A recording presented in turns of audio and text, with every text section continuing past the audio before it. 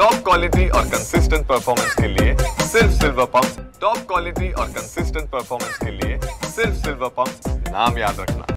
बीडच्या परळीमध्ये एक वर्षभरापूर्वी सरपंच बापू आंधळे यांची निर्घृणपणे गोळ्यात झाडून हत्या करण्यात आली होती आणि या हत्या प्रकरणामध्ये आरोपी झाले होते ते शरद पवारांच्या राष्ट्रवादीचे पदाधिकारी बबन गीते आणि याच बबन गीतेचा आता बीड शहरातील एका वाढदिवसाच्या बॅनरवरती फोटो लागल्याने जिल्ह्यात चर्चेला उधाण आलंय।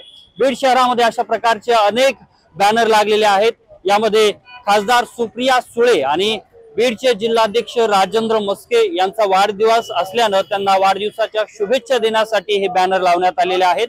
हे बॅनर बीड शहरात विविध ठिकाणी अशा प्रकारचे बॅनर लावण्यात आलेत। यावरती सर्व पदाधिकारी असतील किंवा नेते असतील त्यांचे देखील फोटो पाहायला मिळतात आणि सर्वात वरच्या लाईनला 3 नंबरची जी लाईन आहे त्यामध्ये सर्वात शेवटी लावण्यात आलेला जो फोटो आहे तोच बबन गीतेचा फोटो आहे आणि हाच तो बबन गीते आहे जो सरपंच बापू आंधळे खून प्रकरणातला फरार असलेला आरोपी आहे। एक वर्षभरापूर्वी ही हत्या झालेली होती आणि जवळपास वर्षभरापासून हा बबन गीते जो आहे तो फरार आहे। मात्र आता बीड शहरामध्ये अशा प्रकारचे बॅनर लागल्यानं आणि बॅनरवरती आरोपीचे फोटो लागल्यानं संपूर्ण बीड जिल्ह्यामध्ये जे आहे ते आता चर्चांना उधाण आल्याचं पाहायला मिळतंय। हे संपूर्ण जे बॅनर आहेत ते शहरामध्ये राजेंद्र मस्के मित्र मंडळाच्या वतीने लावण्यात आलेले आहेत। मात्र अशा प्रकारे बीड शहरामध्ये आरोपीचे बॅनरवरती फोटो लागत असल्यानं मात्र आता चिंता देखील व्यक्त केली जाते।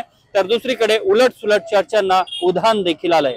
कॅमेरामन विनोद समी, अशोक काळकुटे, TV9 मराठी, बीड।